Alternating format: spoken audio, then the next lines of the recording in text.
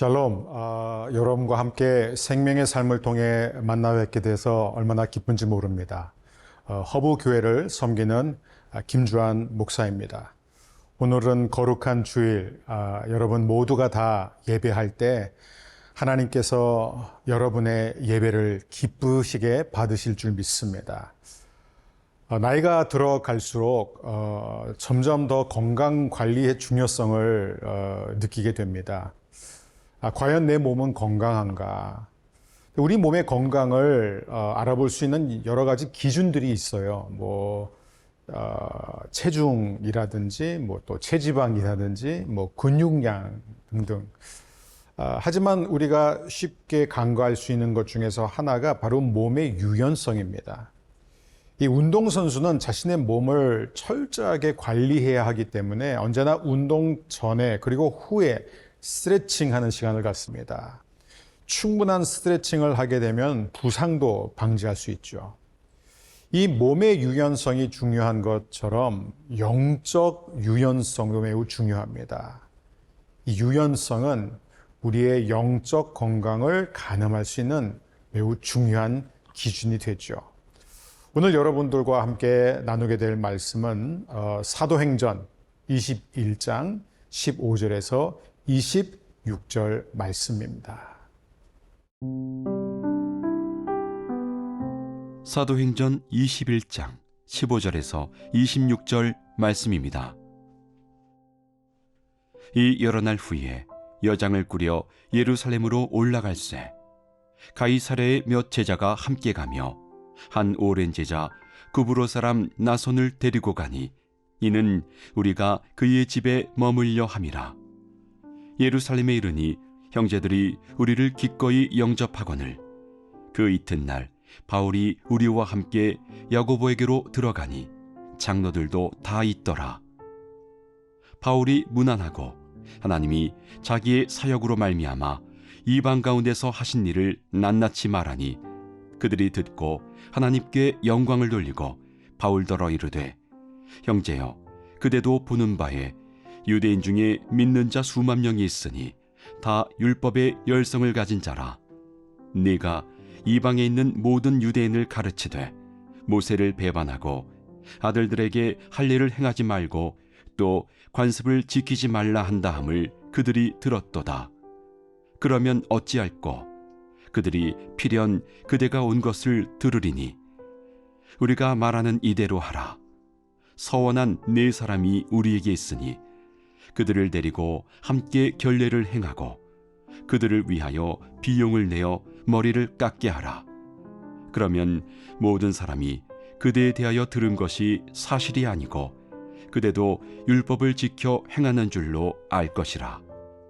주를 믿는 이방인에게는 우리가 우상의 제물과 피와 목매어 죽인 것과 음행을 피할 것을 결의하고 편지하였느니라 하니 바울이 이 사람들을 데리고 이튿날 그들과 함께 결례를 행하고 성전에 들어가서 각 사람을 위하여 제사 드릴 때까지의 결례 기간이 만기된 것을 신고하니라.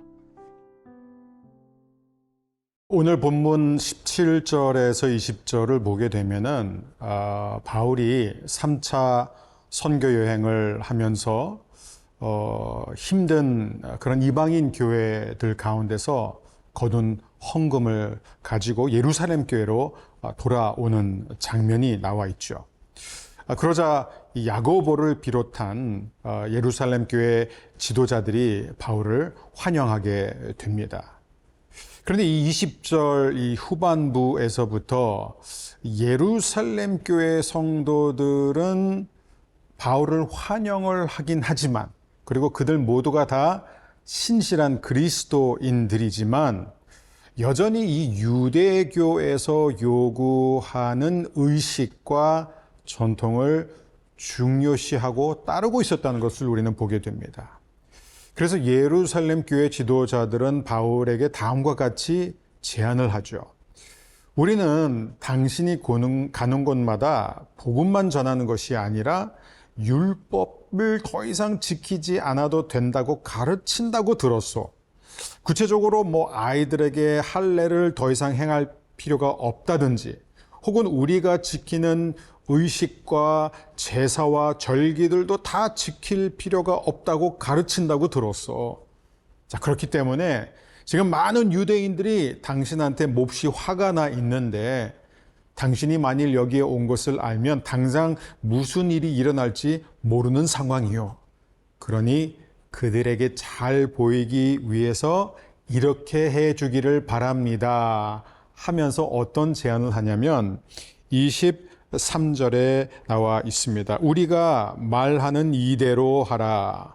서원한 네 사람이 우리에게 있으니 그들을 데리고 함께 결례를 행하고 그들을 위하여 비용을 내어 머리를 깎게 하라. 그러면 모든 사람이 그대에 대하여 들은 것이 사실이 아니고 그대도 율법을 지켜 행하는 줄로 알 것이라. 서원한 네 사람이 있다는 거죠. 이 네 사람은 유대인들로서 나실인 서약을 한 상태였어요. 그동안 그들은 머리를 자르지도 않았고 포도주도 마시지 않았고 절대로 죽은 것을 만지지 않았고 또 포도나 건포도도 먹지 않았습니다. 이 정해진 기간 동안 오직 하나님께만 자신을 드리는 시간이었죠. 근데 이제 이 서약 시간이 이제 끝나갈 때 그들은 성전에 들어가 남은 7일 동안 하나님을 온전히 예배하고 머리를 잘라 태워버리고 또 하나님께 제물을 바쳐 제사를 드리게 될 것입니다. 그런데 이 모든 절차는 이 민수기 6장에 나와 있는 의식을 충족시키기 위한 과정이었죠. 자, 그런데 24절과 25절을 보면은 이 네 사람은 나실인의 서약을 이행하는 동안 일할 수가 없었다는 거예요. 직장 생활을 할 수가 없었습니다. 그리고 많은 비용이 들기 때문에 어떤 사람으로부터 물질 후원을 받아야 되는 상황이었어요. 근데 지금 바울이 마침내 이 예루살렘 교회를 위한 많은 헌금을 가지고 왔잖아요. 그러니까 그 돈이 수중에 있으니까 그것으로 이 네 사람의 비용을 지불해 달라는 겁니다. 더 나아가 이 바울이 그들과 함께 의식에 참여하면은 바울 자신도 율법을 지키고 있다는 것을 예루살렘의 유대인들에게 보여줄 수 있지 않느냐.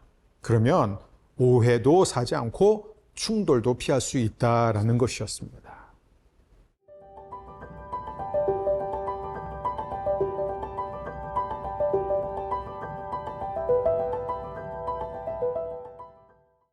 (26절) 말씀을 보게 되면 바울이 이 네 사람들을 데리고 이튿날 그들과 함께 결례를 행하고 성전에 들어갔다고 되어 있습니다. 자, 바울은 어떻게 반응했는가? 그는 어떻게 해서든 예루살렘 교회와 좋은 관계를 맺기 원했습니다.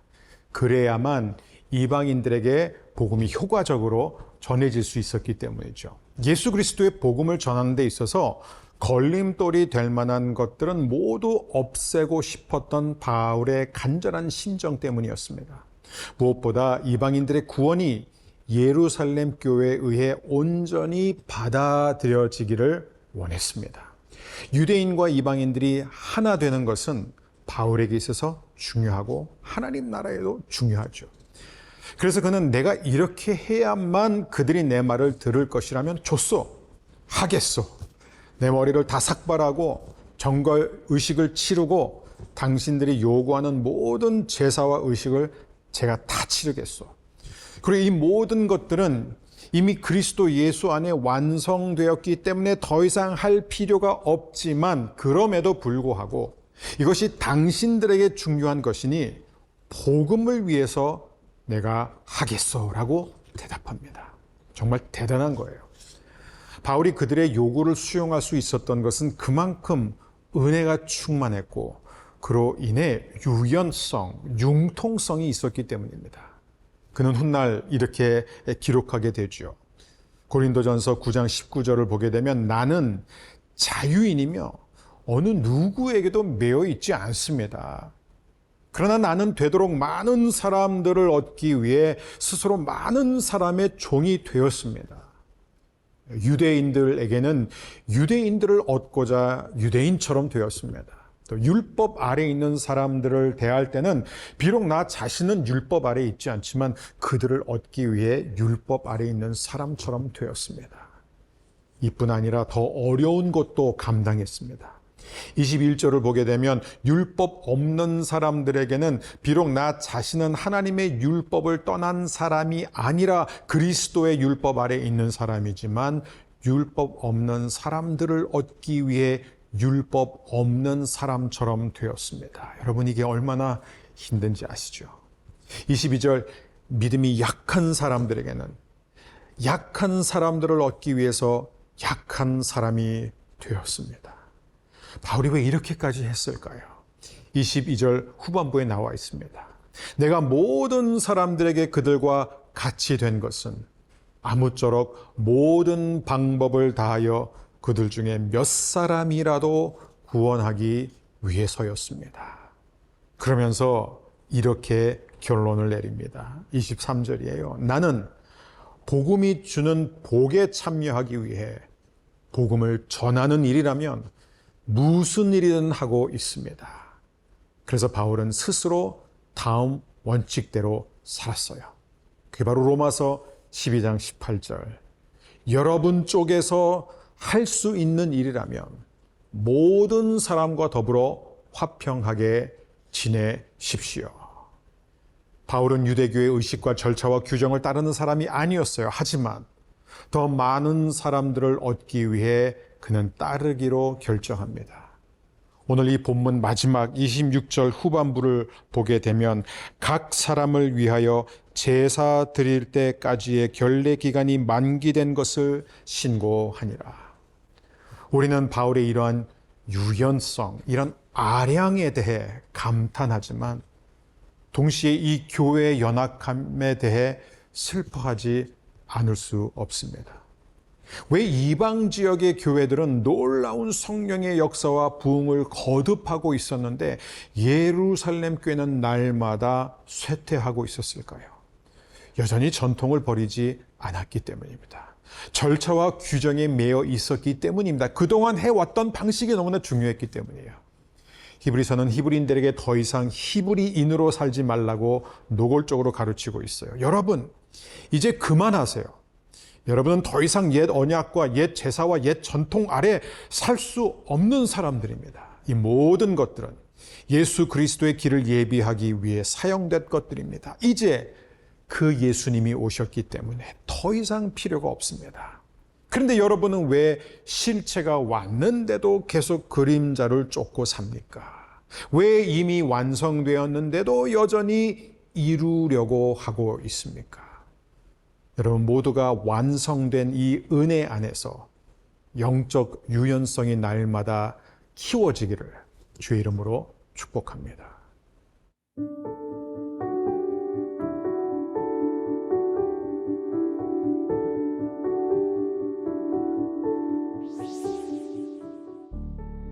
사랑의 주님, 복음과 신앙의 본질이 아닌 것을 과감히 버릴 수 있는 용기를 주옵소서. 날마다 영적 유연성을 키워나가기 원합니다. 바울처럼 복음을 위해서라면 나에게 불편한 상황 속에서도 유연하게 대처하도록 영적 강건함을 더하여 주옵소서. 예수님의 이름으로 기도합니다. 아멘.